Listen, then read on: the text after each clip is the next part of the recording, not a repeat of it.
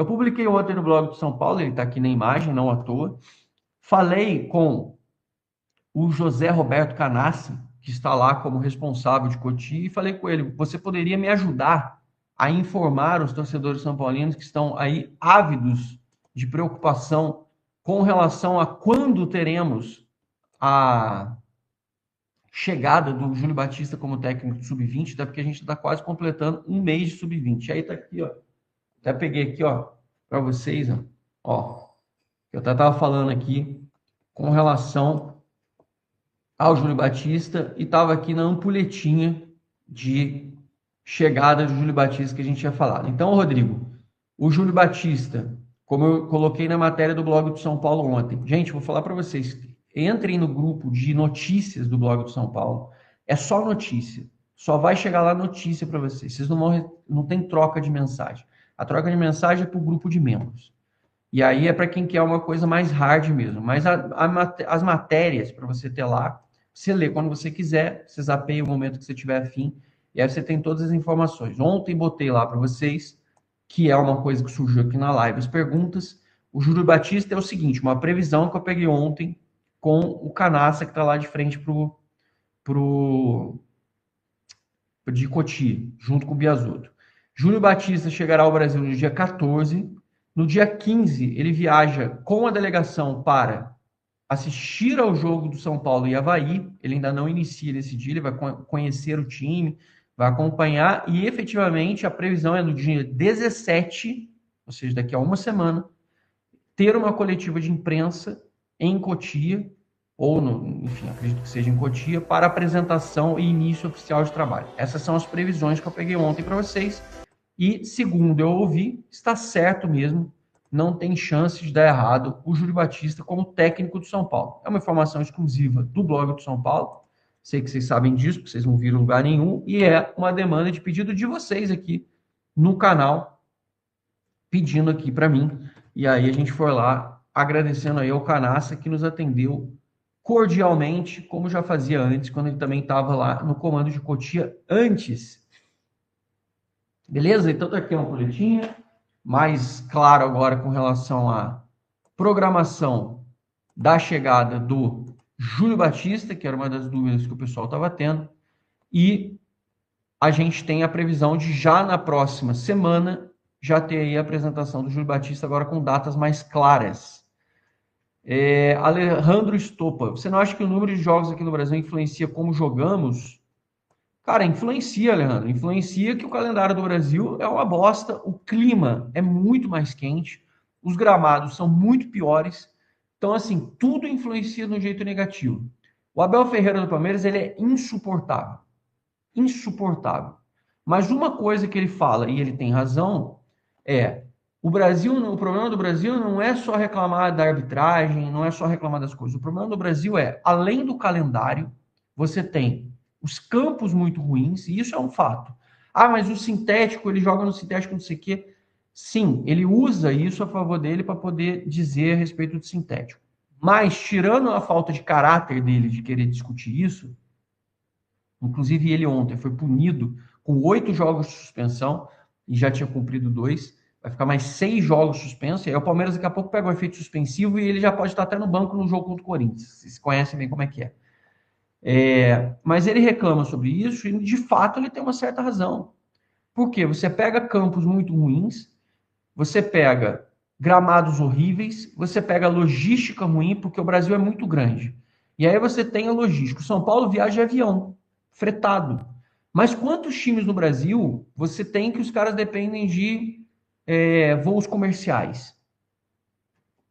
E aí você tem gramados horrorosos, você tem deslocamentos muito grandes. A tabela do Campeonato Brasileiro ela não tem lógica nenhuma. Às vezes o cara joga no Rio Grande do Sul, na quarta-feira tá jogando em Fortaleza. Sim, sabe? Não tem uma coerência de calendário. A coerência é a TV. E isso vai prejudicando o cenário. Agora, você não tem campo bom, o seu calendário é ruim, tem não sei o quê, o que você faz? Você empobrece o futebol brasileiro. Você empobrece a qualidade do futebol. Isso não diz respeito e não justifica o fato dos times taticamente não serem disciplinados, Alejandro. Eu acho assim, você pode até falar que o desgaste aumenta a lesão, diminui a qualidade, os caras estão mais cansados, e aí o jogo fica mais feio. Mas não é isso que eu estou falando. Porque os jogos da Inglaterra, você pega o campo é incrível. O ambiente, por exemplo, assim, os jogos são disputados num ambiente mais frio. Frio que eu digo é assim, o jogador ele não está jogando com 35 graus num gramado ruim e num horário ruim. Eles botam os caras para jogar e aí os caras estão jogando num horário que permite o futebol bem jogado. Você não vê o jogador de futebol aqui na Europa jogando com 35 graus e uma umidade do ar altíssima, porque a TV quer que o jogo seja naquele horário. Ou seja, isso sim influencia na qualidade do espetáculo. Agora, você ter times disciplinados taticamente e times bem treinados é outra coisa. É outra coisa. Você pode manter um time super taticamente aplicado, um time bem trabalhado e ao mesmo tempo você pode até falar assim, a qualidade do jogo cai por causa disso. As lesões afastam determinados jogadores. Agora, a gente traz muito jogador velho, a gente traz muito jogador que já não está mais no seu auge físico, a gente traz muito jogador que ele é tecnicamente muito bom, mas fisicamente ele já está muito longe do que ele era, ou do que ele poderia ser. Aí realmente o futebol fica um lixo.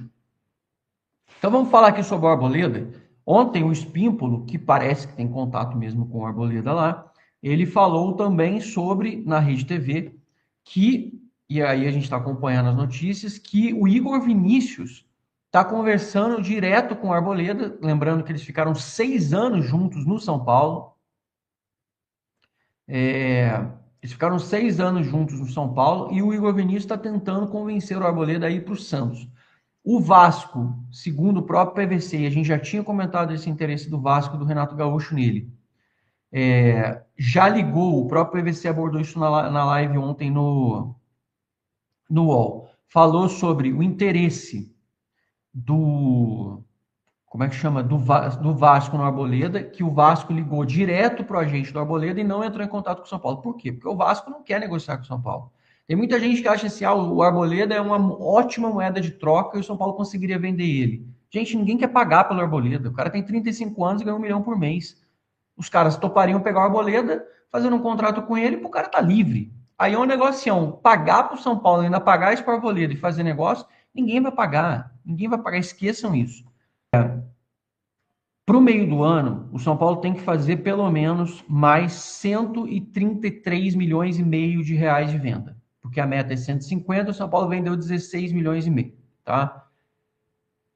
O São Paulo tem em jogadores que saíram de Cotia, que o São Paulo tem dinheiro que podem render algum tipo de grana para nós, o seguinte: Gabriel Sara, um holofote de mercado.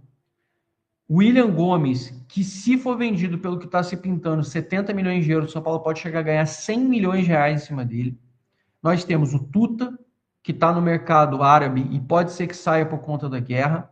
Nós temos o Morato, que está no Nottingham Forest. Nós temos o Beraldo, que está com menos espaço, foi elogiado pelo Luiz Henrique, mas agora está jogando até de volante para ter espaço. Está bem incomodado por causa da mudança de posição.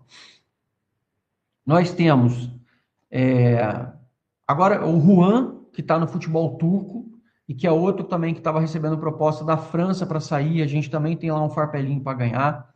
Então, assim, a gente tem bastante jogador do São Paulo que está no mercado externo e que pode ter venda e que o São Paulo pode ganhar ali o seu farpelinho de grana e pode ganhar mecanismo, pode ganhar com vendas de atletas que o São Paulo comercializou. Além dos jogadores que estão dentro de casa e que o São Paulo pode acabar vendendo. E vocês sabem, Tapia, Bobadilha, são só alguns dos atletas que estão aí com grande holofote externo para poder ser vendidos e que o São Paulo provavelmente também vai comercializar no final das contas, tá? O São Paulo deve ganhar um dinheirinho com a Copa do Mundo, também lembrando para vocês isso, porque o São Paulo tem a tendência de ganhar 35 mil reais por dia para cada jogador, que é a diária que a FIFA paga, que eles estiverem em período de Copa do Mundo. Isso inclui, inclusive, a parte de treino antes da Copa. Não é só o tempo de competição, é o tempo que eles já se apresentam na seleção deles Zenqueta, mas quem o São Paulo tem disponível para isso? Coronel. Ah, mas o Coronel não estava na última convocação do Paraguai, estava se recuperando de uma cirurgia no rim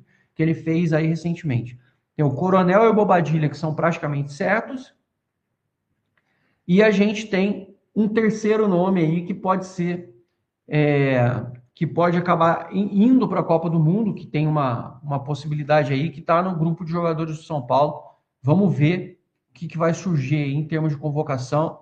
Pode ser, a gente tem a possibilidade do Marcos Antônio, que ficou mais difícil, né? Principalmente porque o Marcos Antônio começou a jogar menos agora, nesses últimos tempos, mas a gente tem outros atletas aí que podem acabar vencendo. Eu sei que o São Paulo tem uma expectativa que o São Paulo possa ter até 3 jogadores. Certeza mesmo, o Coronel e o Bobadilha, dos jogadores que temos até a Copa do Mundo. Tem muita água para rolar, a gente ainda tem muita coisa para ver. O Tapia, para quem perguntar, o Chile não está na Copa do Mundo. Então, assim, o Tapia, de qualquer maneira, não tem a menor chance de ir para a Copa do Mundo, porque o Chile está fora e não tem condição de jogar, entendeu? Então, assim, não contem com o Gonçalo Tapia para termos de Copa do Mundo.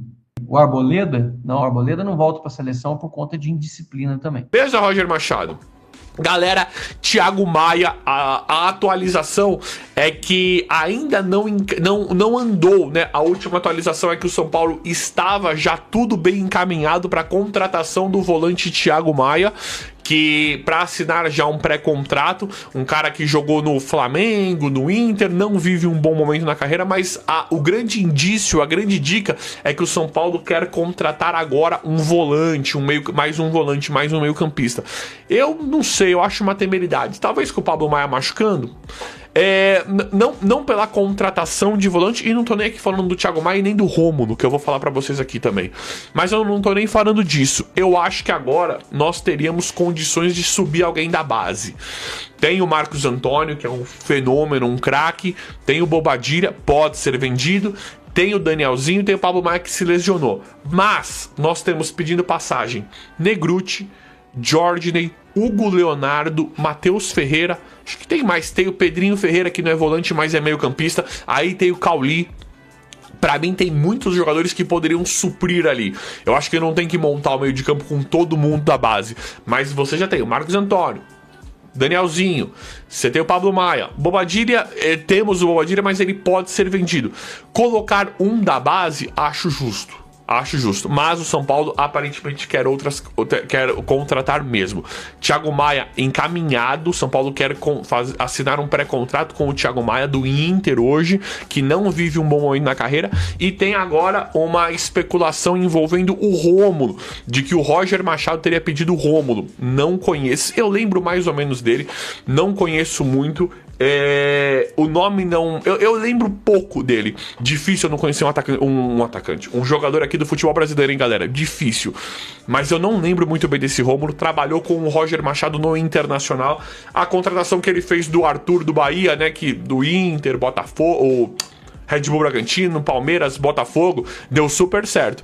Então acho que bons olhos, né, para essa indicação do Roger Machado em relação ao Arthur. Ele chegou jogando uma barbaridade. Então acho que eu daria um voto de confiança se realmente o Roger Machado pediu esse Rômulo volante, que trabalhou com ele no Inter, né? E...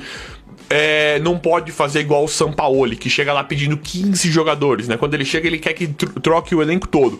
Mas trazer 1, 2, 3 jogadores a pedido do técnico, eu acho que completamente do jogo.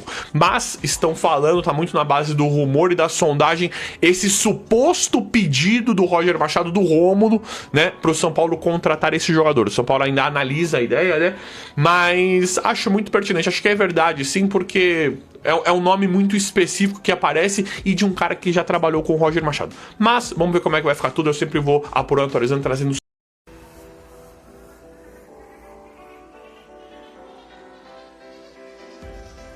Galera, Arthur, São Paulo fez, né? Esse daí deu uma outra cara pro time. Falei aqui desde o começo que tinha particularmente adorado a contratação e tá aí, tá provado, né? Joga demais, mudou a cara do São Paulo, joga muito.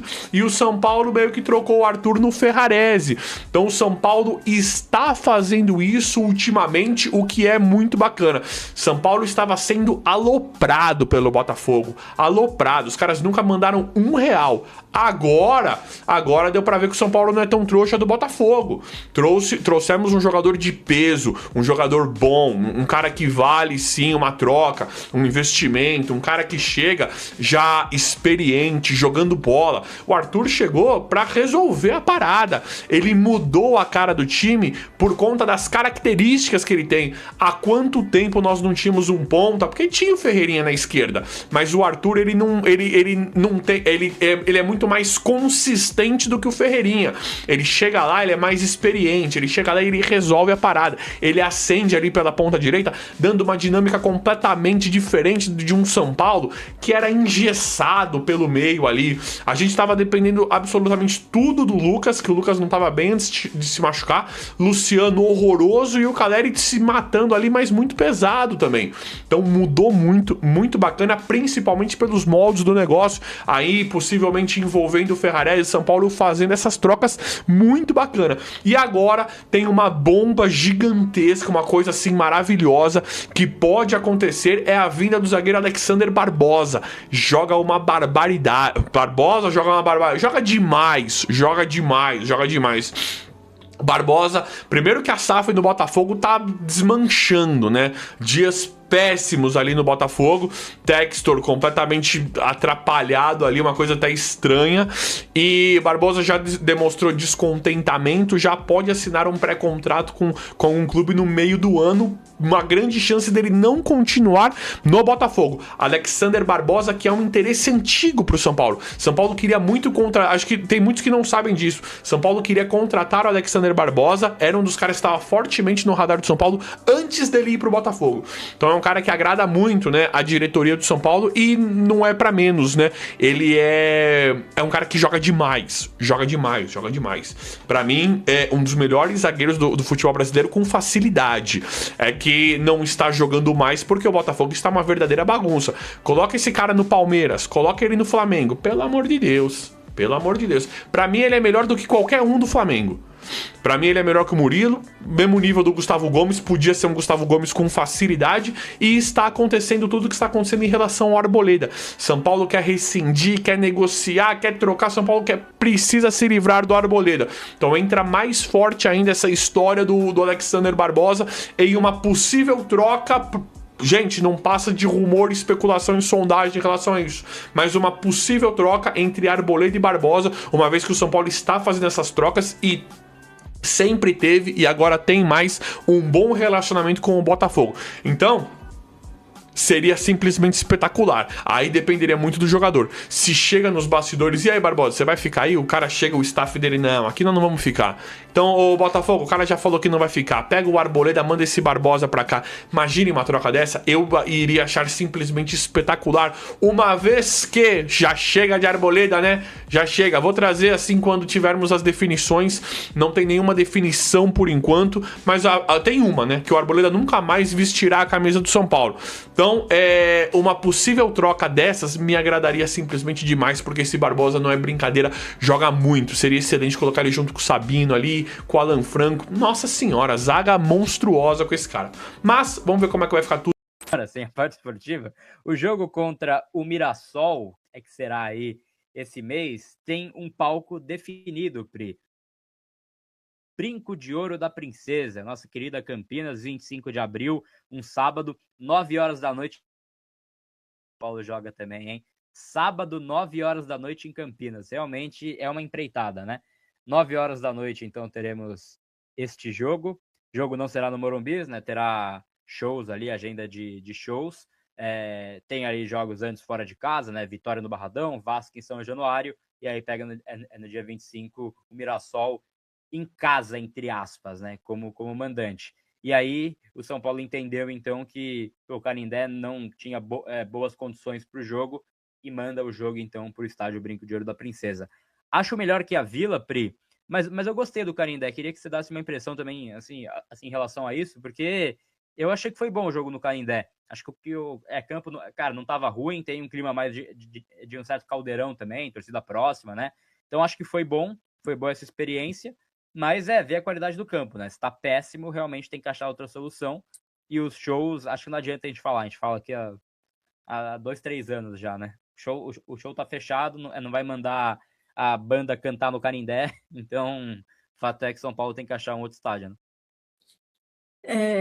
Cara, inclusive, rapidinho, você falou do show, né? Vocês chegaram a ver o palco daquela banda BTS? Não vi. Mano, vai destruir o Morumbi, você não tá entendendo? O bagulho é no meio, e tipo, ele é uma bola, e aí ele tem assim, ó, tipo, sabe, os corredores? Mano, vai destruir o Morumbi, né? Chega a ser meio engraçado até. Cara, falando desse jogo em específico, talvez acho que na verdade a maioria não vai concordar comigo, né? Porque eu vi que muita gente gostou muito do jogo no Canindé. E assim, foi uma experiência bacana, é legal jogar na cidade e tudo mais, mas assim, eu, Priscila, achei bizarro. Eu achei assim, cara, é que o Canindé, ele tá caindo aos pedaços. Não dá para você ficar pagando aluguel para jogar no estádio que metade do estádio não tem liberação do bombeiro para ir gente. Você paga pelo aluguel do lugar. Não é de graça que o São Paulo está jogando lá. E metade do estádio, a principal parte do estádio, não se pode ter gente porque o bombeiro não libera, porque o estádio está cedendo. Tipo assim, eu acho meio bizarro o Canindé, com todo respeito. Eu até comecei a discutir com um colega meu, voltando desse jogo, inclusive, cara, o São Paulo poderia tentar fazer uma parceria com a Live Nation para dar uma reformada no Canindé e aí ser essa segunda casa. Porque do jeito que tá, eu acho bizarro jogar lá. Choveu muito aquele dia, as pessoas tendo que enfiar o pé em poça de água gigantesca para conseguir chegar na Calma aí, né? arquibancada. Desculpa. Para conseguir chegar até a arquibancada. Assim, o estádio é insalubre, gente, com todo respeito assim, ao Canindé e à história do estádio. Sei que muita gente gostou, porque eu concordo que ficou um caldeirão em alguns momentos, mas o estádio é um absurdo você pagar para jogar num lugar daquele jeito, velho. Todo caindo aos pedaços, entendeu? Eu acho surreal, acho surreal. Eu achei péssimo, não gostei do Canindé, achei lamentável. É muito triste de ver o estado daquele estádio, mano. Parece quando você chega em Santos e passa naquela portuguesa lá também, que o bagulho, minha Nossa Senhora, deve ter dinossauro dentro daquele lugar. Enfim, e aí, tendo em vista tudo isso, a opção que eu mais gosto é sim jogar em Campinas. São Paulo jogou lá aquele jogo contra o Vasco, que eu gostei do jogo de lá. O estádio é grande. Não é legal você jogar em Campinas toda semana, concordo. Mas você jogar agora, eu não vejo problema. Eu não sei se vai ser o Brinco de Ouro, o fixo, né? A gente não tem essa informação. Mas eu acho ok jogar uma vez lá, jogou no Canindé. Eu achei horrível. Vendo o Brinco de Ouro como é que vai ser. O estádio é grande, tem torcida na cidade, é perto para quem quer ir daqui até lá, enfim. Eu, Priscila, prefiro daqui da cidade, né, do estado inteiro, talvez tenha que pensar mais profundamente, mas dessas opções mais perto, eu prefiro o Brinco de Ouro do que o Canindé e do que a Vila Belmiro nem se fala, que pelo amor de Deus, aquele lugar é apertado demais, tem a menor condição. Então, assim, eu particularmente gosto da ideia de jogar no Brinco de Ouro. Fiquei aqui cornetando para falar que eu gostei da ideia, da opção. Pois é, né? É algo assim. Eu gosto do Canindé, apesar disso tudo, eu acho que o que mais pesa pra mim, qualidade do campo, a torcida passa um perrengue, isso você tem razão. Mas o que eu tento considerar é a qualidade do campo e a atmosfera do estádio. E acho que isso o Canindé conseguiu trazer no jogo contra a Chape. Mas, obviamente, o mundo ideal é estar no Morumbi, né? Não dá para inventar jogar em Brasília, aí vira loucura, né? Aí isso não pode deixar.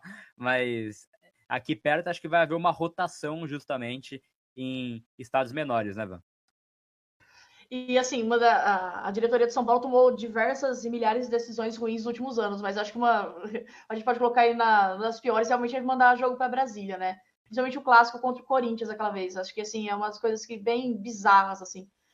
Eu gosto do Brinco de Ouro, eu acho que São Paulo tem até jogo histórico ali, né?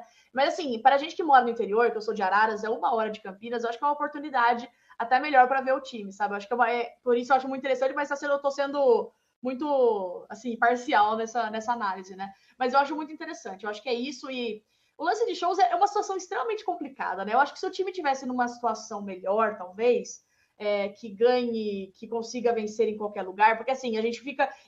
Pelo menos eu, estou muito traumatizada ainda com Brasília, que a gente foi lá no Campeonato Paulista e conseguiu fazer jogos totalmente bizarros, né? Aqueles empates lá foram horríveis.